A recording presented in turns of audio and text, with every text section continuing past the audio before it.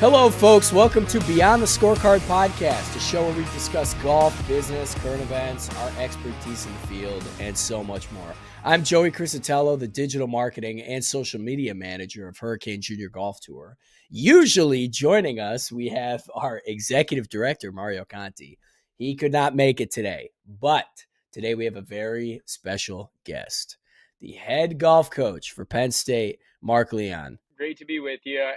Any chance I have to kind of talk about college golf and specifically our program and what we have going on at Penn State, it's always exciting for me. So thank you so much for having me on. So, Mark, student athletes face the challenges of balancing school, golf, personal life. What do you encourage your players to focus on most to stay grounded and successful in all three areas? I would say for us, it really comes down to communication, discipline, and not being afraid to ask people for help. I think that's one thing. My brother and I both played for the golf team here at Penn State, and we used to have a saying: you have to try to fail. If somebody is struggling, especially in the school aspect, it's just because they're neglecting personal responsibility. There's so many resources and people that are checking in on you that are not doing that with the average student body. So, basically at Penn State, our day is, we actually just came from a team workout this morning at 7:30, but that's a couple days a week. Most of our guys go to class in the morning, and then golf practice, qualifying, those types of things are in the afternoon. So what it really comes down to is taking all the things that you need to do in your day, which really that is the school and the golf component of it, and making sure that you give those things your full effort. And if you're really, what I would tell people is that your personal life, the social aspect of college, which is super important, especially here at Penn State, it's one of the most vibrant student bodies in the country. You turn on a football game any Saturday and you kind of see what it's like to be at Penn State. We don't shy away from that. We don't want our kids to avoid that.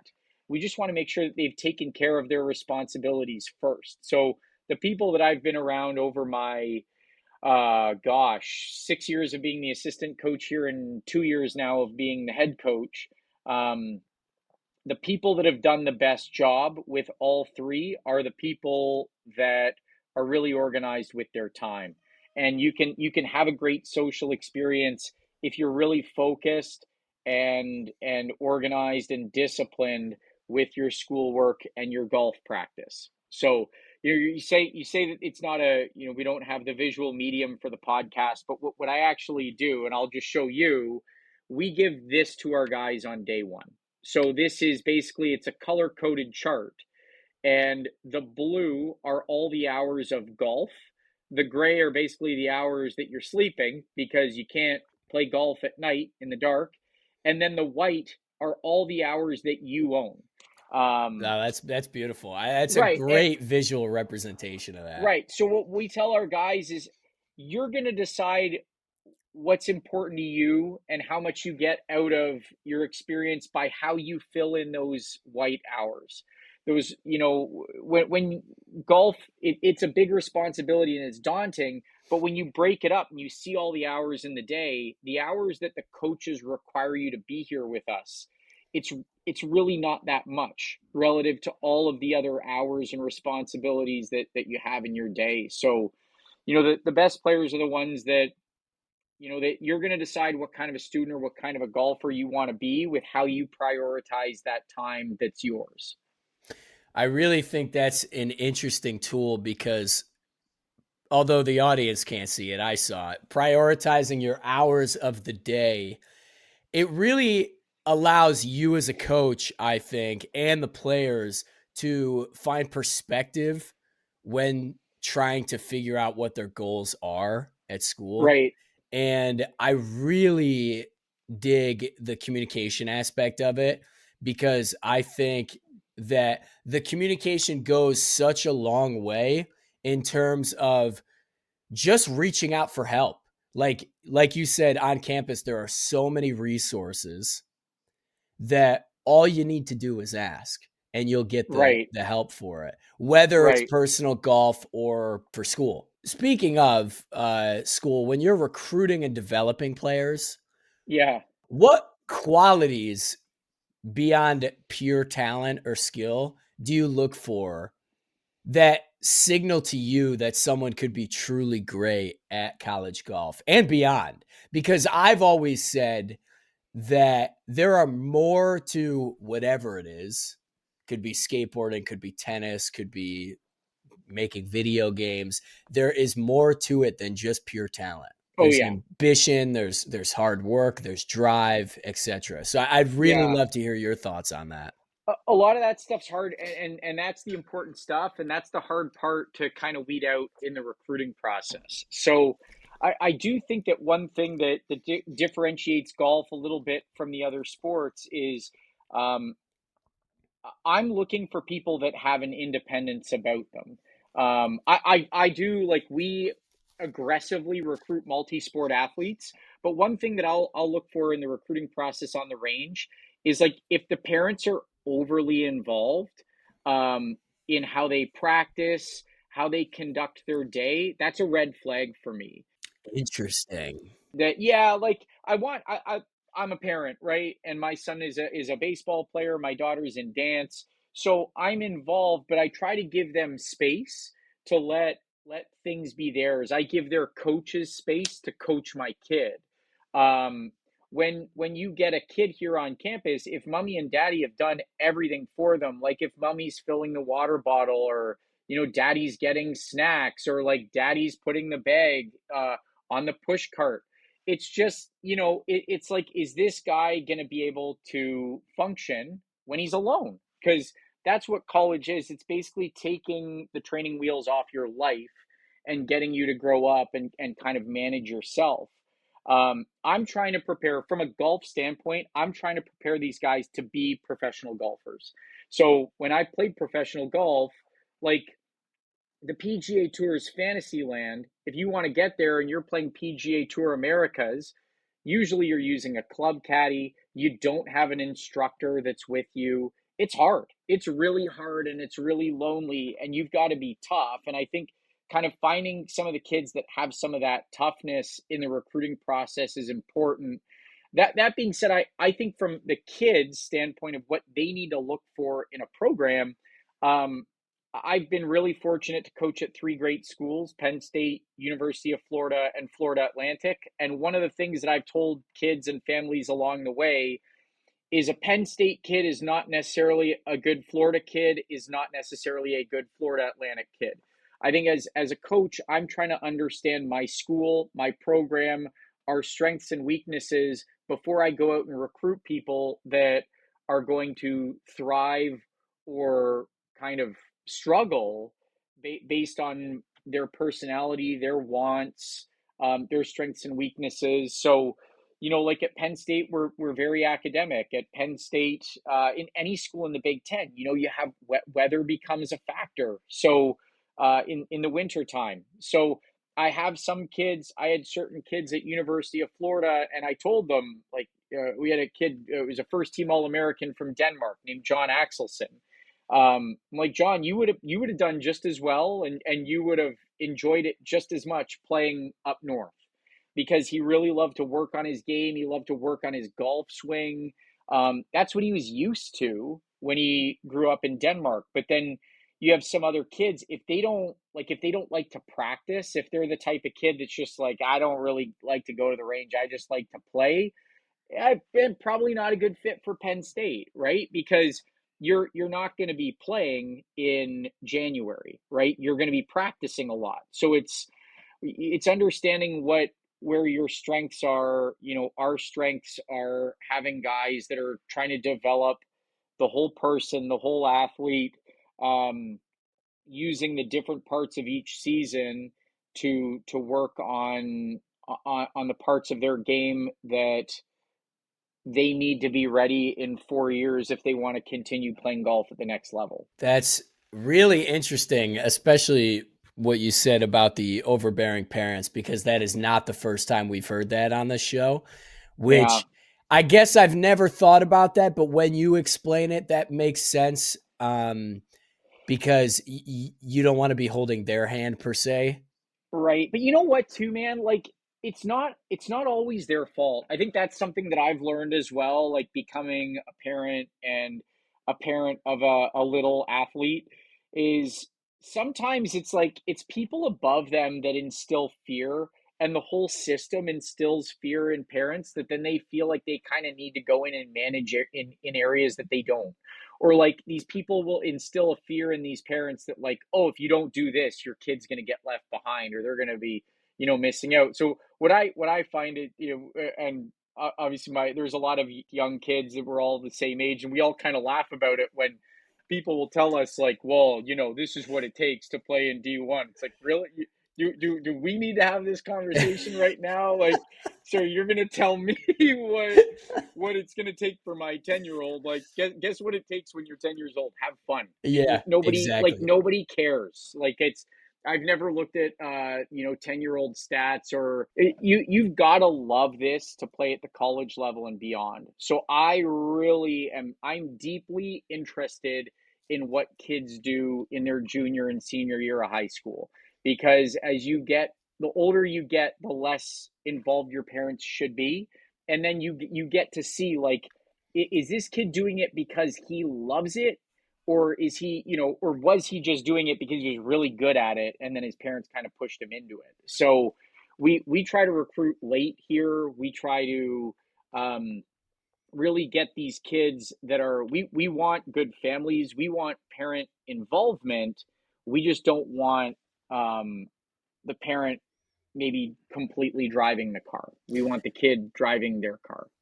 That's really interesting because, here at Hurricane, one of the big things that we always focus on is, hey, folks, let's just have fun out there. Just focus on the game ahead. And I feel like that has kind of changed the whole vibe about it while you're there. It really changes the game for me personally. Like, even when I go out and play, I always say to myself, hey man, let's just have fun out there. Let's Yeah. mess up, let's fail our way to success, sort of thing. So that's really incredible. And it's really interesting how you kind of define that individually. And I'm curious if the way you define success is different for the overall team. Is it only about wins and rankings, or are there other measures of greatness or success that matter just as much? So I this is a great question, and actually something that my buddy and my former boss at University of Florida said. It really stuck with me. I don't even know if he'll remember saying it, but at the time I was the assistant coach. My buddy JC Deacon's the head coach there, so I worked with him for 4 years. We've known each other since we were little kids in Toronto, um, and we had some guys on the team that were struggling through some stuff. They were, they had kind of lost their game. They were trying to find their game. They were feeling a lot of external pressure, whether it was from kind of club companies or people that had supported them on the way up. And there was just this idea that was like everything's too results based, and we're too concerned with the end result. At the end of the day, life is Interesting. life is it's about results on one end, and that's the paradox of it. Like, you get the results by focusing on your process, but you get judged on the results. Right. So one of the things that the kids, they had said something about that, and he just said, "Look, I'm not going to apologize for it. I do believe in winning, and the reason I believe that winning is important is because the habits that you create and the person you become trying to win, trying to become your best, those are going to benefit you for the rest of your life." Yeah. So I tell people this all the time. Like, one of my goals on a performance, like if we're getting to the performance side of it, is Penn State's been in the Big Ten since 1993. we are one of the only programs at the school that has not won a Big Ten championship. Is golf, men's or women's. So to me, I look at that as an opportunity. Now that being said, I was part of some teams that did some wonderful things. I had an experience here that transformed my life. So do I look at myself and my experience here as a failure? No. Um, but I also look back and you think, well, it was all of the reason that I would view my experience here as a success is because we tried to push. We tried to grow the program. We tried to be the best that we could be. So in that honest effort that we gave, and maybe we didn't win a Big Ten championship, we achieved other program high points that helped drive the program forward. Yes, we fell short of that one goal, but the program and us as individuals were better for taking part in it. So I think that's the thing. Like we're chasing being as good as we can be, but at the same time, and there is a pressure and a responsibility that comes with that. But if you get up every day trying to be your best when you go on, whether you play pro golf or whether you're applying for a job when you're 24 in New York City, with some financial firm, like they're getting somebody that is just society is getting somebody who's better because they've got all these elite habits and they understand what it means to get up every day and compete and get after it. So, that's one of those things though from the kids' side of things. It's really important for them when they're looking for programs to try and figure out what is this program all about? What is this coach all about? How do they run their practice? How do they run their qualifying? How do they schedule? What's expected of me? And am I fully aware of what I'm getting myself into? Am I in over my head? Am I expected to roll in on day one and be the best player on the team and be a leader? It's all of that stuff is super important in that process of trying to figure out where you want to go. So that brings up kind of a freestyle question is, would you prefer a student coming in who's already molded to that mindset, that greatness mindset, or would you kind of dig the challenge, so to say, of someone who is not quite there, but they have a lot of potential, but it's going to take some work to get there? When you say potential, you mean potential golf wise or Maybe not the, let's say in this situation, maybe not the best golfer, but boy, they're going to work harder than anybody on the team and they're going to become the best. yeah, so you love those guys. Yeah. You love those guys. I think with the house settlement and roster limits, that's one of the things that every meeting that I've ever been in with a Big Ten head coaches meeting, that is or a Penn State head coaches meeting, this is the specific thing that everybody doesn't like. Limiting participation, now you're only going after guys. You're less likely to take a chance on that guy, Yeah. right? You're less likely to say, "Hey, this guy, I just love this kid. I don't know if he's going to turn out to be good, but I'm gonna. We'll see. We'll give it a shot and we'll see what happens." Now you only get to take two guys to and the occasional third guy and any given year. So um yeah, like we try to, what's the line, my buddy who he helps us with all of our mental performance here, but he just says you can't teach someone values and character. Yeah. Like who they are, like they're going to be a product of their environment, they're a product of their parents, of their family. That's why family is super important in that recruiting process. You can always help them with their putting stroke, you can always help them with their golf swing or with their course management, but you have to, and I try to communicate this up front with all the recruits. I want them to understand what they're getting into. I try not to sell them on the dream. If I don't, I won't shy away from That's where our great. program is and what we need and expect out of them. So I want them coming into Penn State University eyes wide open, and understanding. And I some of the best kids I've ever coached. One of them is still on the team at UF. Like he was that kid. He wasn't talented enough, and but he knew it, and he was upfront. He was like, nobody's going to work harder than me. But this is a problem. Every kid always tells you, you've never met anyone that's worked harder than me, and it's just like, well, yeah, I have. Like there can only be one, right? If there's only one hardest worker, there can only be one hardest worker. And but at the end of the day, this kid came in understanding, like, you're not good enough to be here, but here's what it's going to take. And if you can chip away at this, day by day, month by month, and not worry so much about where you stand in the pecking order right now, then yeah, you could do it one day. And he's turned into an incredible player. But I would also say, like those are rare as well, where the kids really dig their heels in when they are in over their head, and they elevate as people and players to being, that best player on the team. But I will say that on most teams, you usually have one of those. It's just for every one, you have like two or three that maybe it didn't work out that way from a golf standpoint. But usually they end up being like the best teammates, the best people. They're a big driver of the program. Now, say I'm a young kid and I'm listening to this.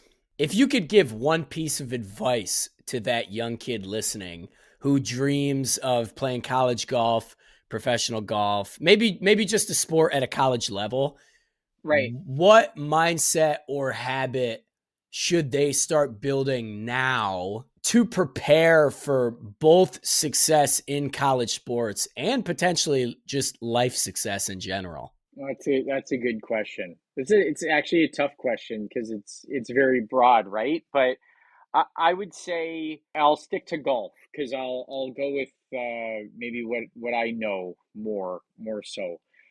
I would look for the best support systems available to you. So that would be, I would look at who are the best players in your area, who's coaching them, who are the best players in your area, what tournaments are they playing. If there isn't anybody good in your area, this is the other wild thing now. There's some great coaches online that have built incredible businesses. So if you're from some little remote town in Pennsylvania or North Carolina, rather than just saying, there's nothing for me here, well, find somebody online that's running a good business, coaching a lot of great players. And if what you want is to be a college player, just look for people that have that track record, and reach out to them and see if they resonate with you.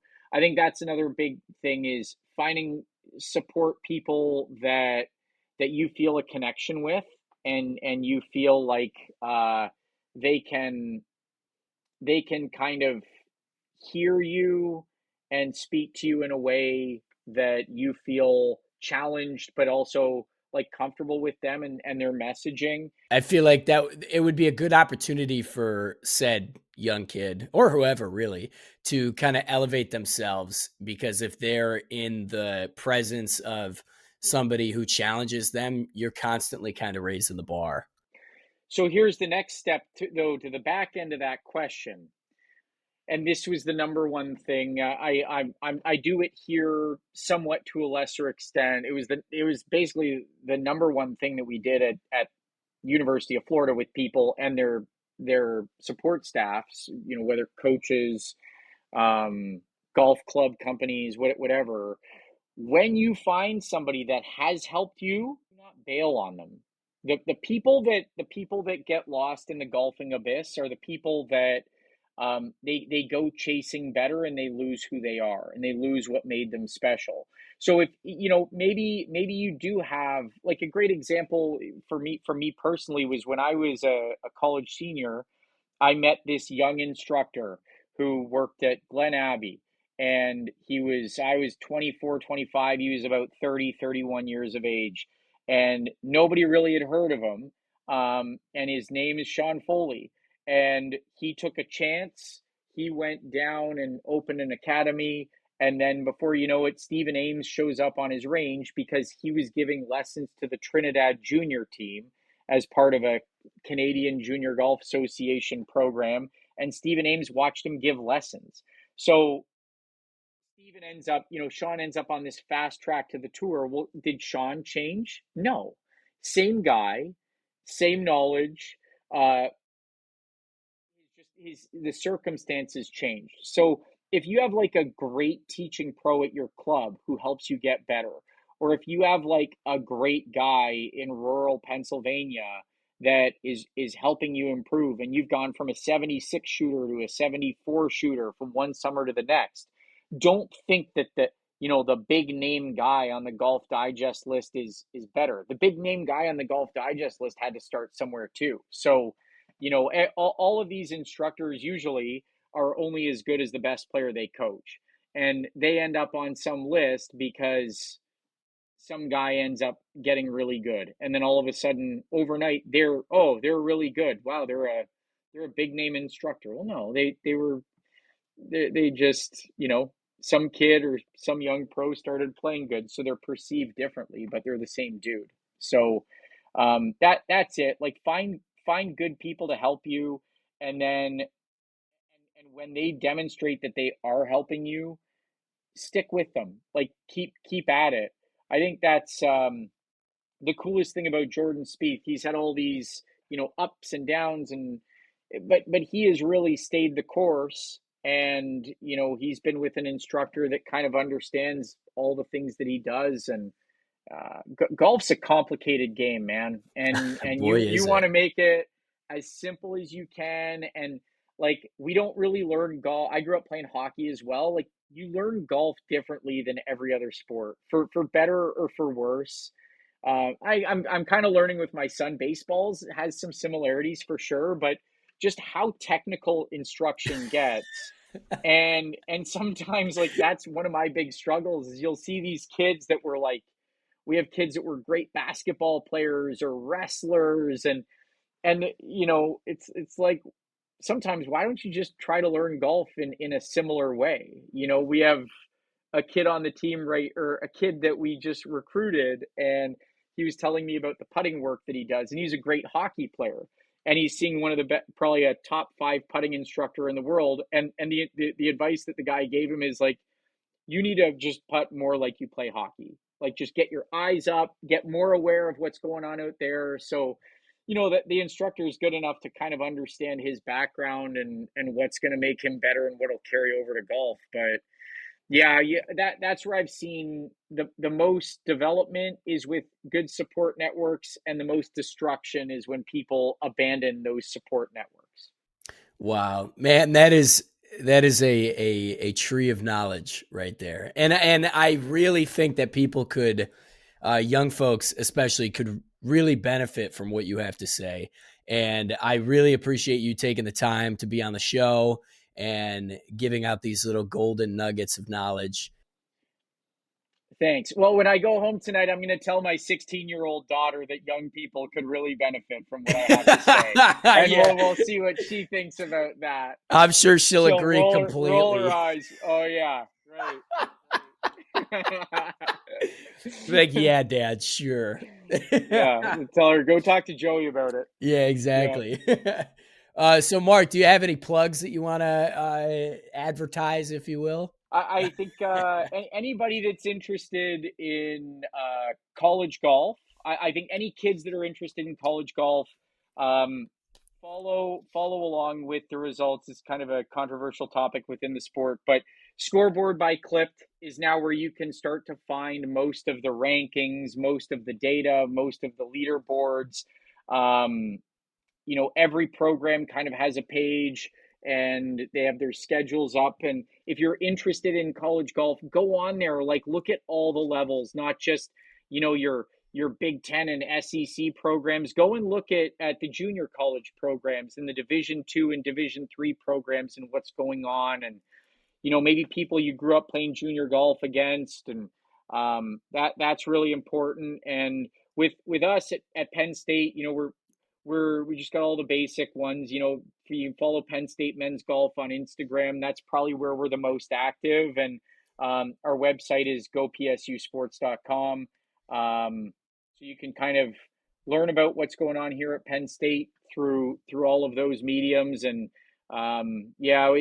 it's an exciting time to be a Penn Stater right now. We've got a bunch of new facilities that we've built, and a new digital media platform called Roar Plus that we're going to be pushing hard this year. So we're around, we're out there, and we're looking forward to moving our program into this new era.